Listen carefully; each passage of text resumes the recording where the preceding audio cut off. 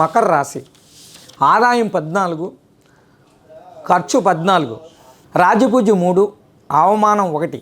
ఈ రాశి వారికి ఏలినాటి శని నడుస్తుంది. లగ్న వీక్షణ, శని వీక్షణ వలన చతుర్థ భావానికి, రాశి లగ్నానికి శని వీక్షణ వలన గృహ, భూమి, వాహన, గృహ నిర్మాణాది ఖర్చులు ఏర్పడును. ద్వితీయ భావంలో శని స్వక్షేత్ర స్థితి వలన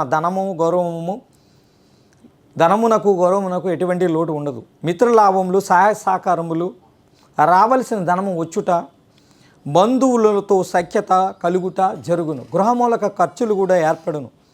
షష్ఠ భాగ్యాధిపతి అయిన బుధుడు భాగ్య వీక్షణ వలన స్థిరాస్తి వృద్ధి, పితృ సౌఖ్యములు, లాభములు, కీర్తి, ఉన్నత పదవి, ఉద్యోగము వచ్చును.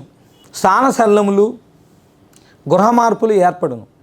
పంచమ రాజ్యాధిపతి అయిన శుక్రుడు రాజ్యభావమును చూచుడు వలన పదవులో ఉన్న వారితో సఖ్యత, సహాయ సహకారములు, బంధుమిత్ర సౌఖ్యములు,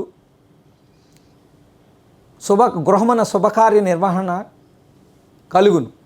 భాగ్యకేతువు తృతీయ వ్యయాధిపతి అయిన బృహస్పతి వ్యయ వీక్షణ వలన తీర్థయాత్రలు, దైవ దర్శనములు చేయుట, దైవ సంబంధమైన కార్యక్రమంలో పాల్గొనుట జరుగును. శని దోష నివారణకై ఈ రాశివారు మందపల్లి శనిక్షేత్రంలో తిల తైలాభిషేకం చేయడం ద్వారా ఈ రాశివారికి ఈ యొక్క ఏలినాటి శని ప్రభావము తగ్గి మరింత ఉపశమనం కలుగును.